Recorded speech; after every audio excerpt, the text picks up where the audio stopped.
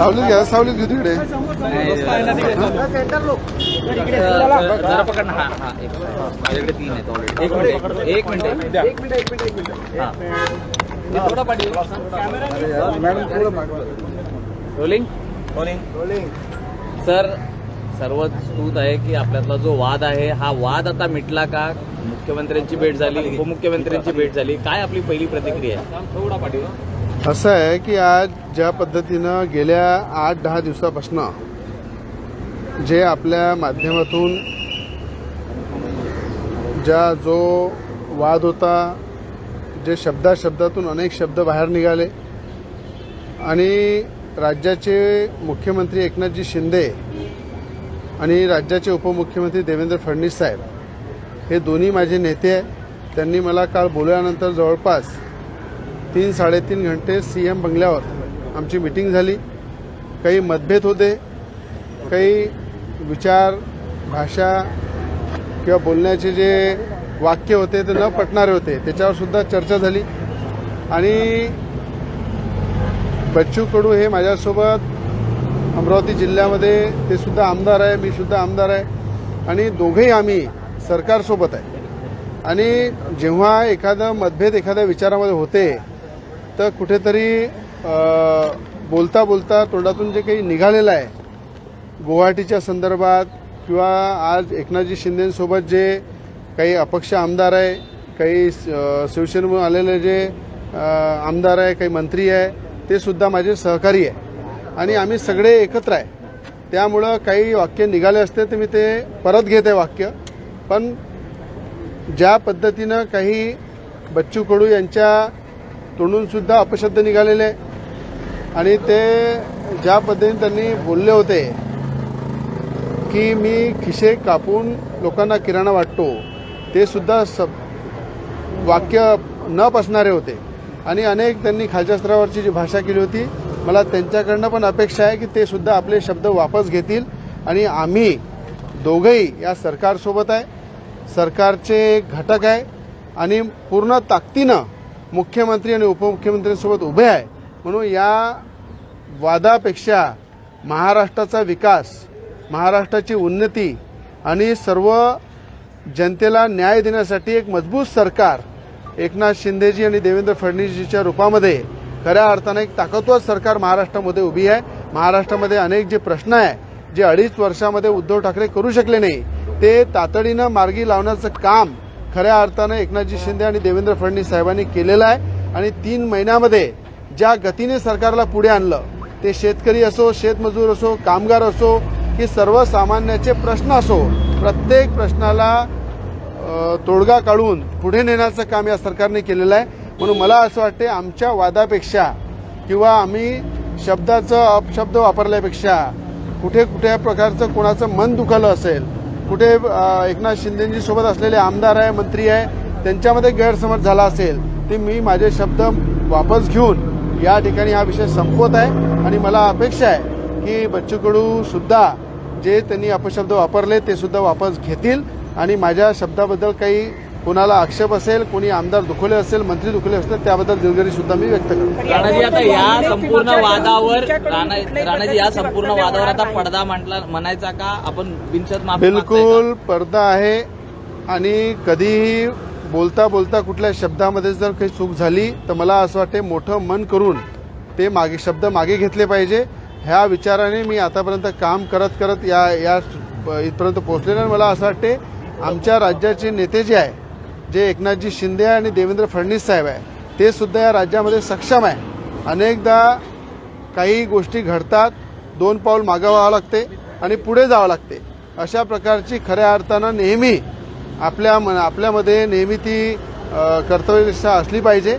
त्या उद्देशानं मी माझे 2 पाऊल मागे घेत आहे. आणि या ठिकाणी मी तुम्हाला पुन्हा सांगतो की देवेंद्र फडणवीस साहेब हे माझे नेते आहे आणि त्यांचा आदेश हा माझ्यासाठी सर्वस्व राहतो.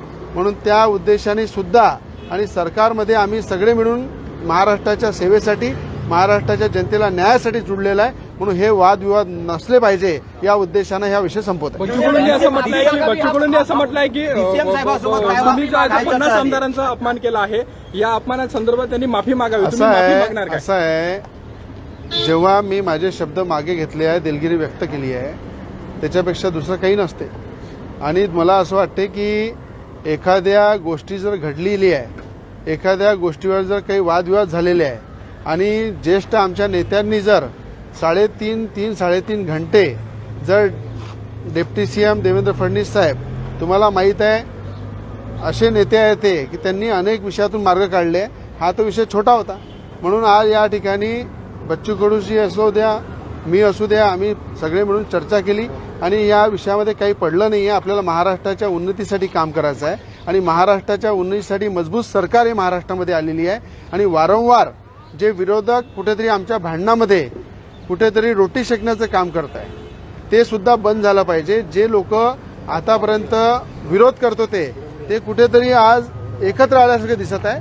म्हणून मला असं वाटते या गोष्टीमध्ये काही अर्थ राहिला नाही म्हणून हा विषय इथे संपलेला आहे. आणि हिंदीमध्ये सुद्धा मी 2 मिनिटात हिंदीमध्ये सुद्धा 2 मिनिटात रवी राणे, तुम्ही जो आरोप केला होता त्यांचं असं म्हणणं होतं बच्चू कडूंचं की सरकारी पक्षातलाच एक आमदार, सरकारला सोबत असणारा एक आमदार 50 खोक्यांचा आरोप करतो. लोकांमध्ये असा समज पसरतोय की खरंच 50 खोके आम्ही घेतले होते. एक लक्षात ठेवा, हे सरकार आमची आहे, सरकारचे मुख्यमंत्री आमचे आहे, उपमुख्यमंत्री आमचे आहे आणि सरकार महाराष्ट्रामध्ये 2.5 वर्ष नसल्यामुळं या महाराष्ट्राला काय भोगावं लागलं हे संपूर्ण महाराष्ट्र जाणत होता. आज शेतकऱ्याच्या धुऱ्यावर देवेंद्र फडणवीस उपमुख्यमंत्री आणि मुख्यमंत्री एकनाथजी शिंदे हे दोघेही 50 वेळा एका जिल्ह्या अलग अलग एरियामध्ये पूर्ण महाराष्ट्रामध्ये फिरून अनेकदा शेतकऱ्याच्या बांधापासून तर शेतीपर्यंत पोहोचलेले आहे. असे तळागाळातले दोन्ही नेते आहे आणि 2.5 वर्षामध्ये पाहिलं मुख्यमंत्री घराच्या बाहेर निघत नव्हते. या सगळ्या संकटातून बाहेर निघाल्यानंतर एक सक्षम मजबूत सरकार या महाराष्ट्राला मिळालेली आहे. म्हणून मला असं वाटते महाराष्ट्राचे प्रश्न, महाराष्ट्राला न्याय देण्यासाठी हे मजबूत सरकार हे आमच्यासाठी जरुरी आहे. अशा प्रकारचा वादविवाद हा आमच्यासाठी आवश्यक नाही आहे. म्हणून माझे शब्द जर आहे ते मी मागे घेत आहे आणि पूर्णपणे ताकदीने या सरकारसोबत उभं राहून महाराष्ट्राची सेवा करणार. हिंदीमध्ये बोलणार आहे मी 2 मिनिट. हिंदीमध्ये 2 मिनिटं बोलतो की साहेब एक मराठी प्रश्न आधी ऐका. तुम्हाला मुख्यमंत्री आणि उपमुख्यमंत्र्यांनी कानउघडी केल्यानंतर दोघांनीही समंजस भूमिका घेतली का? इतके मी आपल्याला सांगतो, राज्याचे मुख्यमंत्री एकनाथजी शिंदे, राज्याचे उपमुख्यमंत्री देवेंद्र फडणवीस साहेब हे आमचे नेते आहे आणि नेत्यांचं काम असते कुठं जर आपल्या कुठं वादविवाद असले, कुठं गलतफहमी झाली, कुठेतरी शब्दामध्ये हेरफेर झाला, त्या ठिकाणी आपण दुरुस्त केले पाहिजे. या संदर्भात ते बच्चू कडू असू द्या की मी असू द्या, त्यांच्याकडनं काही चुका झाल्या असतील तर ते सुद्धा कुठे ना कुठे आपले शब्द मागे घेतील, कुठे दिलगिरी व्यक्त करतील अशी माझ्या त्यांच्याकडनं अपेक्षा आहे. पण कुठे ना कुठे या गुवाहाटीच्या प्रश्नावर जर काही आमदार, काही मंत्री जे आज खऱ्या अर्थानं एकनाथजी शिंदेसोबत स्वाभिमानाने आणि ताकदीनं महाराष्ट्राच्या विकासासाठी एकत्र आलेले आहे, त्यांचा कुठेतरी त्यांना जर दुःख झालं असेल त्याबद्दल माझे शब्द मी वापस घेत आहे, दिलगिरी सुद्धा व्यक्त करत आहे. हा विषय संपलेला आहे. आपल्याला महाराष्ट्राच्या उन्नतीसाठी, महाराष्ट्राच्या विकासासाठी सरकार आहे, त्याच्या माध्यमातून महाराष्ट्राची सेवा करायची आहे. ह्या भानगडी वादविवाद हे आमचं लक्ष नाही आहे. आणि दुसरी गोष्ट ऐकून घ्या, खोक्यांचा व्यवहार झाला होता का? आज मैं यहाँ पे आप सभी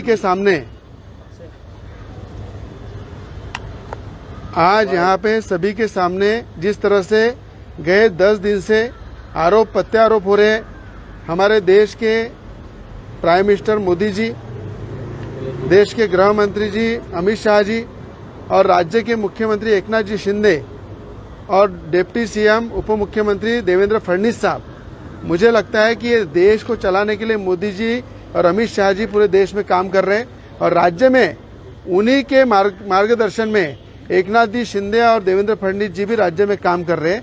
तो राज्य के नेता, कल हमारी 3-3.5 घंटे बैठक हुई. उस बैठक के अंदर जो भी मतभेद थे वो पूरी तरह से बाहर निकाले गए. उन मतभेदों के विचारों पे भी चर्चा हुई. कुछ एमएलए बच्चू कडू जी ने जो आक्षेप मेरे ऊपर उठाए थे उसके बारे में भी चर्चा हुई. और मुझे लगता है कुछ अगर एकनाथ शिंदे जी के साथ जो एमएलए मिनिस्टर है, कहीं मेरे बोलने पे उनको अगर कहीं आपत्ति है, कहीं दुख हुआ है, तो उसके लिए मैं दिलगिरी व्यक्त करता हूँ और मेरे शब्द वापस लेता हूँ. और इसी तरह इस विषय के अंदर जिस तरह से विरोधी पक्ष महाराष्ट्र में रोटियां सेक रहा है, हमें लगता है हमें महाराष्ट्र ने एकनाथ जी शिंदे और देवेंद्र फडणवीस जी को महाराष्ट्र के विकास के लिए, महाराष्ट्र के न्याय के लिए जो उद्धव ठाकरे जी 2.5 साल कर नहीं सके वो 3 महीने में देवेंद्र फडणवीस जी ने और एकनाथ शिंदे जी ने करके बताया। हर जिले में 2-2, 3-3 बार जाके किसानों के बांध से लेके किसानों की खेती तक जाके उन्होंने महाराष्ट्र का काम किया है और महाराष्ट्र के प्रश्न छोड़ने के लिए, महाराष्ट्र के विकास के लिए ये सरकार मजबूत है और इस सरकार के साथ हम खड़े हैं। इसलिए हमारा कोई वाद विवाद रहा नहीं है। आने वाले समय में जो विरोधी बार बार कह रहे हैं कि ये प्रोजेक्ट महाराष्ट्र से गुजरात चले गए, मुझे उद्धव ठाकरे जी से कहना है, जो विरोधी लोग आरोप कर रहे हैं उनको कहना है कि आपने 2.5 साल में देवेंद्र फडणवीस जी जब मुख्यमंत्री थे उस समय जो प्रोजेक्ट लाए, जो प्रोजेक्ट महाराष्ट्र में शुरू हुए, उसमें से आधे प्रोजेक्ट उद्धव ठाकरे मुख्यमंत्री बनने के बाद 2.5 साल में बन गिरे। उसका सवाल का जवाब देना चाहिए। और सुभाष देसाई जो उद्योग मंत्री थे उनकी भी हमने पूरी जांच में मांग करूंगा कि उसकी शुरू होना चाहिए। जहां पे भी एमआईडीसी के प्लॉट थे, जहां एमआईडीसी में गार्डन के प्लॉट थे, उसका चेंज ऑफ डेवलपमेंट का काम उन्होंने किया है। जो गार्डन के प्लॉट, जो झाड़ लगाने के प्लॉट एमआईडीसी में रखे गए थे, वो सुभाष देसाई ने उसको कमर्शियल में कन्वर्ट करके करोड़ों रुपए का मलिदा उद्योग विभाग से खाया है और वो मातोश्री पे उद्धव ठाकरे जी को पहुंचा है। उसकी भी इंक्वायरी होना चाहिए, ये भी मैं मांग करूंगा। और आने वाले समय में अभी एकनाथ जी शिंदे और देवेंद्र फडणवीस साहब के नेतृत्व में जिस तरह से महाराष्ट्र में 2019 में उद्योग शुरू किए थे, उससे दुप्पट उद्योग इस महाराष्ट्र में आएंगे और उद्योजकों को अच्छी संधि महाराष्ट्र में मिलेंगी, ये मुझे विश्वास है।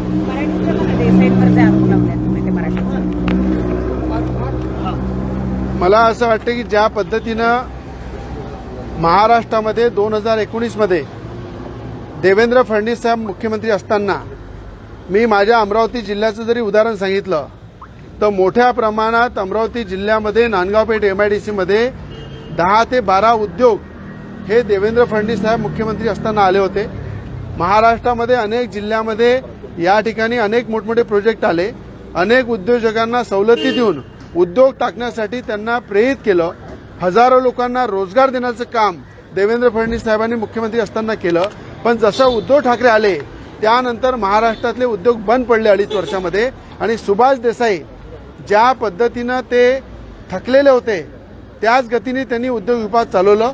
मलिदा खाण्यासाठी त्यांनी एमआयडीसी मधील ओपन पेज जे आहे ते कन्वर्ट करून कमर्शियल करून अनेकांच्या घशामध्ये टाकले आणि त्यातून मलिदा जो मिळाला तो मलिदा मातोश्रीवर उद्धव ठाकरे यांच्याकडे पोहोचवण्यात आला। त्याची सुद्धा इन्क्वायरी या ठिकाणी झाली पाहिजे, याची मागणी सुद्धा मी मुख्यमंत्री उपमुख्यमंत्र्यांना करणार आहे। आणि आपल्याला सांगतो ही गतिमान सरकार आहे, महाराष्ट्राला पुढे नेणारी सरकार आहे। महाराष्ट्रामध्ये ज्या पद्धतीनं देवेंद्र फडणवीस साहेब मुख्यमंत्री असताना ज्या गतीने महाराष्ट्र पुढे आणला त्याच गतीने हा महाराष्ट्र पुढे जाईल। आणि महाराष्ट्रामध्ये जो आज 2.5 वर्षामध्ये उद्योग बंद पडले उद्धव ठाकरे असताना ते परत उद्योग सुरू होईल आणि त्याच्यापेक्षा जास्त दुप्पट उद्योग हे महाराष्ट्रामध्ये मोठ्या गतीने येणार आणि महाराष्ट्राच्या जनतेला रोजगार मिळाल असा मला विश्वास आहे। 1 मिनिट सर. चलो थँक्यू सर. थँक्यू, धन्यवाद।